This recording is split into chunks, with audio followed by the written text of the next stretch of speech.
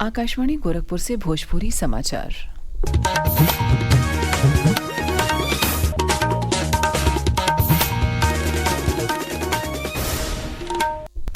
नमस्कार, समाचारन के साथ हैं हम शिवानी अरोरा। बेहने प्रयागराज महाकुंभ का माघ के पुन्नमासी का नहान हुई। यह अमृत नहान का हिस्सा बने खातिर करोड़ों श्रद्धालु प्रयागराज महाकुंभ पहुंच चुकल हवे। श्रद्धालुअन का आयल लगातार जारी हो। प्रदेश सरकार माघ का पुन्नमासी नहान के सफल आयोजन बदे कई गो खास कदम उठावल हो। हमारे संवाददाता का एगो रिपोर्ट।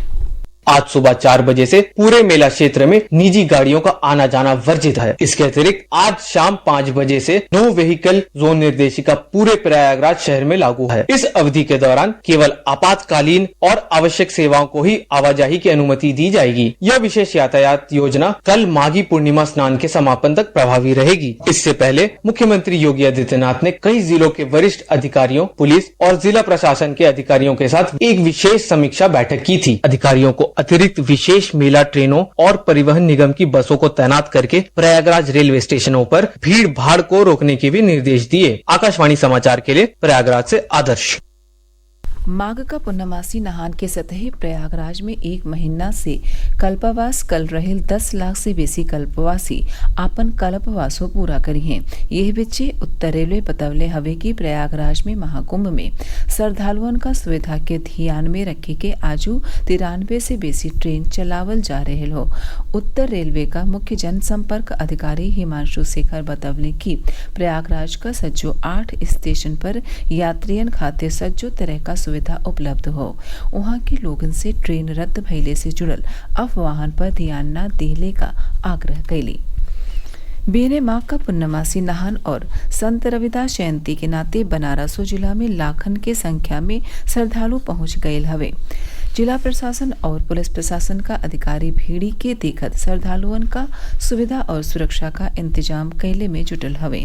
संत रविदास जयंती का तैयारियन के देखी वते बनारस का मंडलायुक्त कौशल राज शर्मा सिर गोवर्धन का संत रविदास मंदिर का आजू दौरा कैले। अयोध्या में श्री रामलला का दर्शन बदे आजू करीब 10 लाख से बेसी लोग पहुंचल हवे।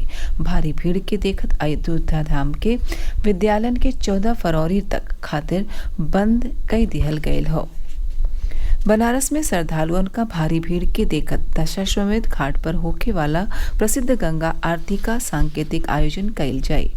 एमे श्रद्धालुअन के गैले पर रोकी रही। गंगा आरती का आयोजक संस्था बतवले हवे की बिना कौनो आवाज के गंगा आरती कइल जाये।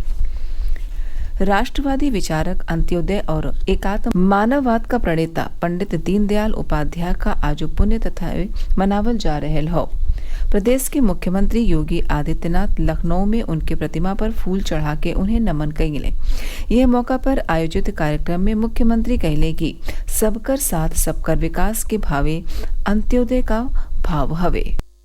पंडित दीनदयाल उपाध्याय जी का जो कहना था वह कि देश की प्रगति का मापक ऊंचे पायदान पर खड़े व्यक्ति से नहीं बल्कि सबसे निचले पायदान पर जो व्यक्ति पड़ा है उसके चेहरे की खुशहाली से की जानी चाहिए। उनकी सोच अंत्योदय की सोच थी। आज आप देख रहे होंगे पिछले 11 वर्ष के अंदर प्रधानमंत्री मोदी जी के नेतृत्व में मोदी जी ने 2014 में जो बातें देश के नागरिकों से कही, उनसे जब पूछा गया कि वास्तव में भारत के विकास का रोड मैप आपके पास क्या है, उन्होंने एक शब्द में उसको कहा था, एक वाक्य में कहा था कि सबका साथ और सबका विकास। और ये सबका साथ और सबके विकास का भाव ही अंत्योदय का भाव है। मऊ जिले में भारतीय जनता पार्टी का कार्यकर्ता लोगी गाजीपुर तिराहा के पंडित दीनदयाल उपाध्याय के मूर्ति पर फूल चढ़वले। पार्टी पदाधिकारी और कार्यकर्ता लोग उनकी पुण्यतिथि पर उनके व्यक्तित्व और कृतित्व के याद कैले। मिर्जापुर जिला के कोतवाली देहात थाना इलाका का शाहपुर चौसा के सामने हाईवे पर आज भिन्न ही एगो कार सड़क पर खड़ा ट्रक से लड़ी गई।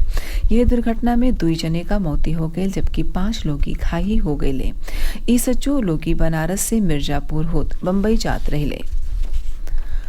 मौसम विज्ञान विभाग पूर्वी उत्तर प्रदेश में बिहने से 14 फरवरी ले तेज सतही बयारी चलने का संभावना जतैले हो।